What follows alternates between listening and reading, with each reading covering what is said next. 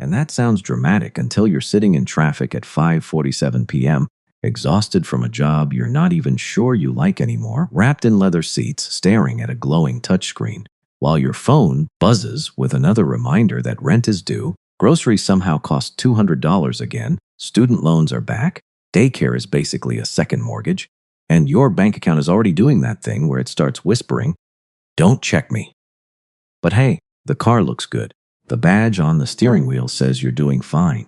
The LED headlights say you made it. The panoramic sunroof says you're not like everybody else. And when you pull into the parking lot, there's that tiny hit of dopamine. That little voice saying, "Yeah, this is who I am now." Except every month, the real voice shows up. The car payment, the insurance, the gas, the registration, the tires you forgot were insanely expensive. The maintenance, the interest. The fact that the thing sitting in your driveway is losing value while demanding a bigger piece of your paycheck than some people used to pay for rent. In America, a car is never just a car. It's identity, its status, its adulthood, its masculinity, its success. It's freedom. It's proof that you're not falling behind, even if behind the scenes you're using a credit card to survive until Friday. And that's the trap. Because the thing sold to you as freedom can quietly become the thing that removes your freedom. This video is not about shaming people for needing transportation. America was built in a way that basically forces most people to drive. You need a car to get to work, to pick up your kids, to buy groceries, to participate in normal life. But there's a line where a car stops being transportation and becomes a financial prison with heated seats. So the real question is not whether the car is nice. The real question is this: what did that $1,000 payment actually buy you? Mobility, or a temporary identity upgrade your future self is now forced to fund. America is not really set up for the average person to say, "You know what, I'm just not going to own a car." That sounds cute if you live in a walkable city with a subway stop, a grocery store downstairs, and a coffee shop around the corner. But for millions of Americans, that is not reality. Reality is a 40-minute commute. Reality is a suburb where the nearest Target is 9 miles away. Reality is dropping one kid at school, another at daycare, getting to work, picking up dinner, and somehow making it home without your entire life collapsing. So let's be honest. Most people are not buying cars because they are reckless.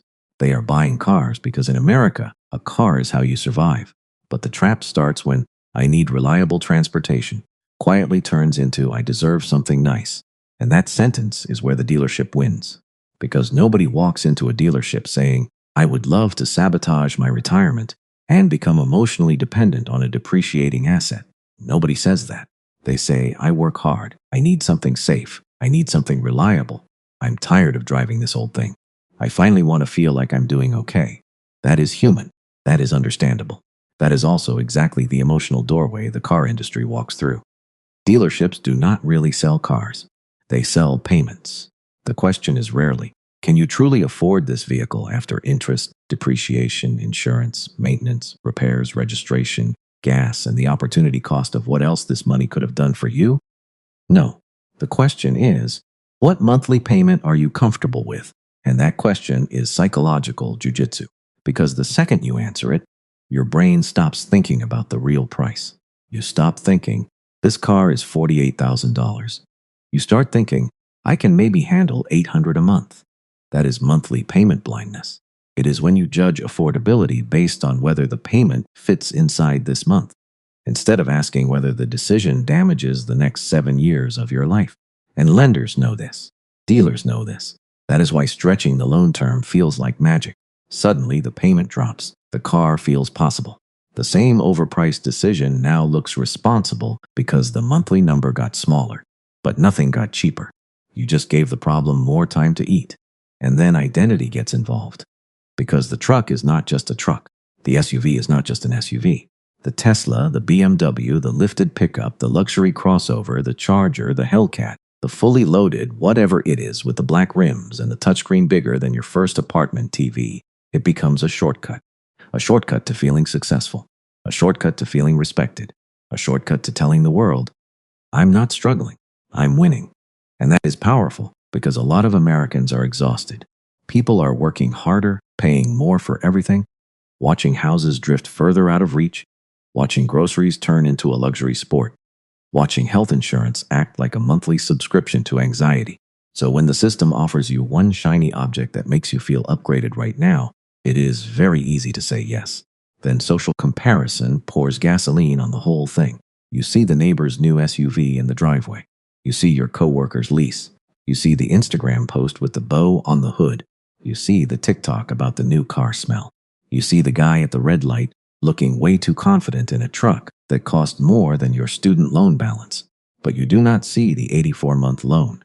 You do not see the negative equity rolled from the last car into this one. You do not see the credit card balance. You do not see the couple arguing in the kitchen because the payment clears, but barely. You do not see the fact that the Joneses are not rich. The Joneses are underwater on a $70,000 SUV and using Klarna for Christmas gifts. That is the modern version of keeping up with the Joneses. It is not a white picket fence and a country club membership anymore. It is a driveway full of financed confidence. And the brutal part is the system makes this feel normal. A $1,000 car payment starts sounding normal when everyone around you has a giant payment. 7-year loans start sounding normal when the salesperson says, most people do this. Being broke with a beautiful car starts sounding normal when the culture keeps confusing appearance with progress. But normal is not the same as healthy, and common is not the same as smart.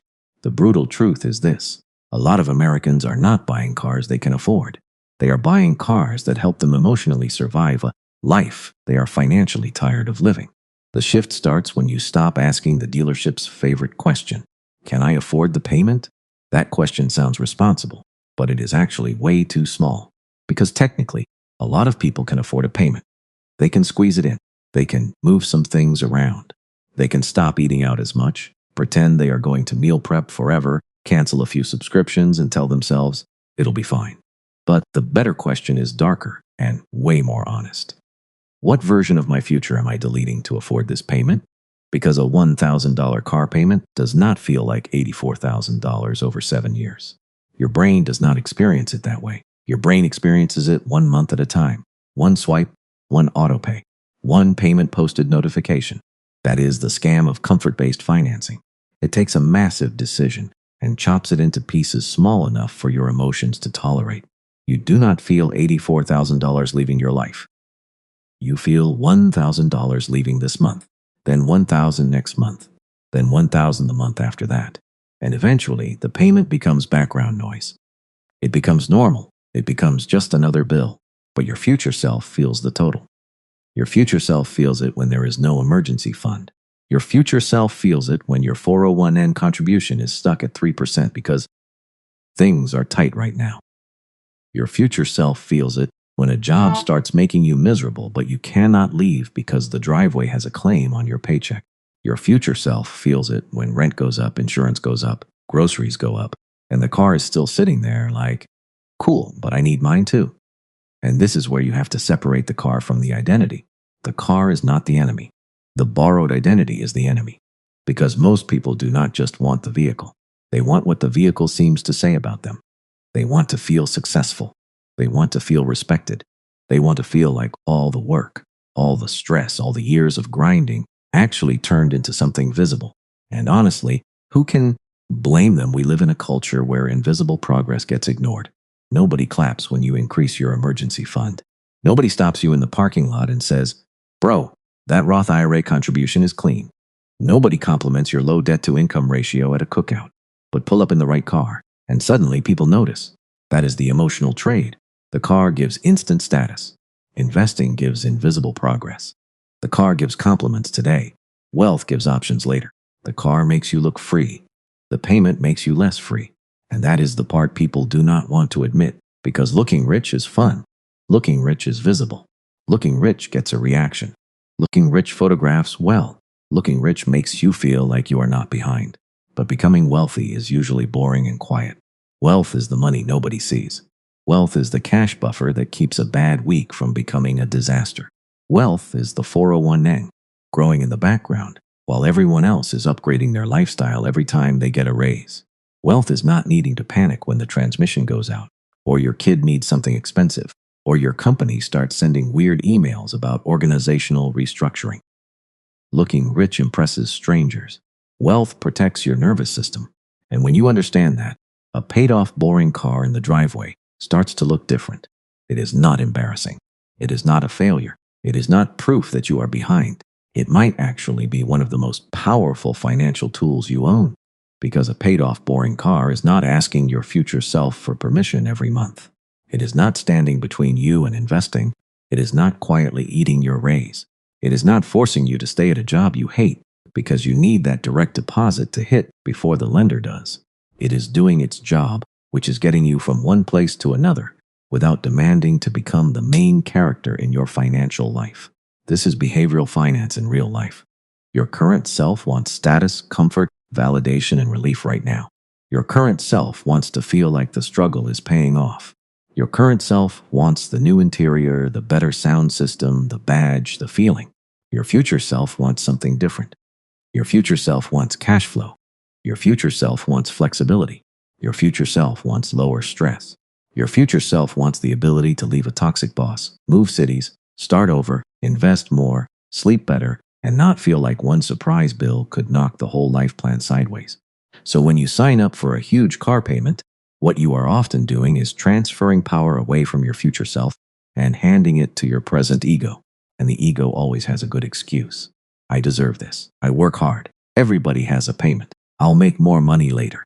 I need something reliable. Some of those things may even be true, but truth can still be used to justify a bad decision. You can need reliable transportation and still not need the most expensive version of your insecurity. The psychological breakthrough is not that nice cars are evil. They are not. The goal is not to drive the cheapest car forever, punish yourself, and act like enjoying life is a crime. The goal is to stop using a car to borrow confidence you have not built yet. The unpopular solution starts with changing one question. Stop asking, "Can I make the payment?" Because honestly, that question is how people get trapped. A lot of things are possible when you're willing to be stressed every month. A lot of payments technically clear when you sacrifice everything else around them. The better question is this: can I still build wealth aggressively after this payment? Not survive. Not barely make it. Not play financial Jenga every time your insurance renews. Build wealth. Because a car is not affordable just because the bank approves you. Banks approve people for financial nonsense every single day. Approval is not a blessing. Approval just means someone ran the numbers and decided you are profitable enough to lend money to. So before you buy the car, run what I call the future self-test. After this car payment, can you still invest in your 401(a), at least up to the company match? Because if your employer is offering you free money and your car payment is the reason you cannot take it, your car is not transportation anymore. It is stealing part of your retirement package. Can you still build or maintain a 3 to 6 month emergency fund? Not a fantasy emergency fund. Not I have a credit card if something happens. Actual cash. Because emergencies do not care that you have ventilated seats. Can you still pay down credit card debt? Because financing a car while carrying high-interest credit card debt is like trying to fill a bathtub while the drain is wide open. The car may feel like progress, but your net worth is bleeding underneath. Can you still handle insurance, maintenance, tires, repairs, registration, gas, parking, and random nonsense without stress? Because the payment is not the cost of the car. The payment is just the cover charge. The real party starts when your premium jumps, your tires need replacing, and the dealership tells you the repair has a comma in it. And here is the big one. Can you lose your job for 60 days and not immediately panic? If the answer is no, the car is not affordable. The payment just technically clears. That is the difference. A payment clearing does not mean you can afford it. It means the system successfully extracted money from your account this month. Now let's talk about the math without turning this into some cheesy compound interest fantasy, where every dollar magically becomes a beach house by age 50. A $1,000 car payment is $12,000 a year. Over 7 years, that is $84,000 in payments before insurance, gas, maintenance, repairs, registration, and depreciation. And the painful part is not just the 84 grand. The painful part is what that cash flow could have been doing instead. That could have been credit card debt disappearing. That could have been an emergency fund that lets you sleep like a normal person. That could have been retirement contributions. That could have been a brokerage account. That could have been money for a home down payment. That could have been the ability to take a lower paying job that does not make you hate your life. That is the real opportunity cost. Not some fake spreadsheet fantasy. Real life options. Fewer panic attacks. more savings, more flexibility, less dependence on overtime, less fear when your boss starts acting weird, more ability to say no.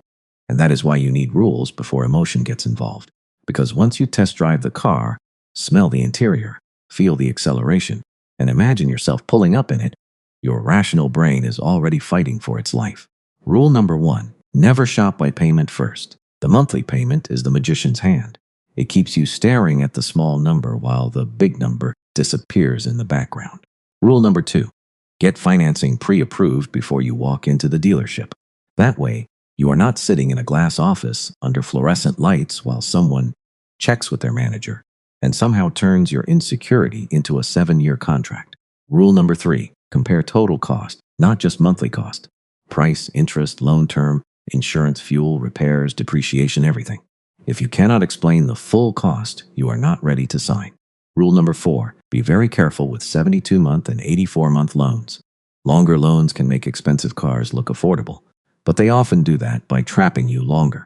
If the only way the car makes sense is by stretching the loan until your future self has a beard and lower back pain, maybe the car does not make sense. Rule number 5, buy based on life utility, not driveway ego. What does your actual life need? Reliable commute? Room for kids, good fuel economy, low maintenance, safety? Fine, buy for that. But do not buy a personality. Do not buy applause. Do not buy a vehicle designed to convince strangers you are doing better than you are. And rule number 6, once the car is paid off, keep driving it. This is where people miss the wealth-building cheat code. The moment the payment disappears, they immediately go shopping again. But if you keep the car and redirect the old payment into savings, investing, or debt payoff, suddenly the same money that used to make you look successful starts helping you become successful. That is the boring move. That is also the powerful move. Because the unpopular truth is this: the fastest way to feel richer may not be earning more. It may be refusing to let a depreciating object eat the raise you have not even gotten yet. Look, the pressure is real. People are not crazy for wanting a nice car in America. You work hard. You deal with traffic, bills, layoffs, inflation, rent hikes, medical nonsense, and a culture that constantly tells you that if you are not upgrading, you are falling behind. So when you finally get a decent paycheck, of course, part of you wants something that proves the grind meant something. Something clean. Something powerful. Something that makes you feel like you are not just surviving. That does not make you shallow. It makes you human. But the system knows that. And the system is more than happy to sell you proof at 6%, 8%, 12%, or whatever rate your credit score can survive, stretched across 6 or 7 years until the payment looks just reasonable enough to say yes. And that is why this decision matters so much. Because freedom does not always feel exciting at first. Sometimes freedom looks like driving the older Toyota for 2 more years. Sometimes freedom looks like keeping the paid-off Honda, even though your co-worker just pulled up in something brand new. Sometimes freedom looks like saying no while everyone else upgrades. Sometimes freedom looks like being a little unimpressive in public, so you can be powerful in private. And yeah, that can feel boring today. But later, freedom feels incredible. Freedom is having cash when life breaks. Freedom is not needing overtime just to afford your driveway. Freedom is investing while your coworkers are refinancing. Freedom is knowing your car serves your life instead of silently owning it. Because that is the real goal. Not to hate cars, not to shame people, not to act like everyone should drive a 20-year-old beater with one working speaker and a check engine light that has become part of the dashboard aesthetic. The goal is control. The goal is to make sure your car is a tool, not a master. So here is what I want you to do. Drop one number in the comments. Your current car payment or the car payment you almost talked yourself into. No shame, no flexing, just reality. Because sometimes seeing the numbers out loud is the wake-up call somebody else needs. And if you want more videos that expose the quiet financial traps Americans are trained to call normal, subscribe to the Wealth Mindset Code. Because the car should take you to your future. It should not be the reason you cannot afford to build one. Here is the core lesson. A car payment is not just a bill. It is a claim on your future income. That is what makes it so dangerous. A $1,000 car payment is not only expensive. The real danger is that it becomes normal. And once it becomes normal, your brain adjusts. You stop seeing it as a massive financial decision and start seeing it as just another part of life. But now your life has less cash flow, less margin, less investing, less flexibility, more pressure, more stress. more dependence on the next paycheck arriving exactly on time. And for what? So a depreciating object can sit in your driveway and convince other people you are doing better than you feel. The real flex is not having the nicest car at the red light. The real flex is having a car that does its job while your money does its job somewhere else. A good car gets you to work. A bad car payment keeps you trapped there. So before you buy the car, before you sign the papers, before you let the salesperson turn your emotions into a monthly obligation, ask yourself one question. Is this transportation or am I financing an identity? If it is transportation, buy wisely. If it is identity, slow down. Because never let a vehicle you bought for status become the reason you have no options. Your future self does not need you to look rich today. Your future self needs you to stay free.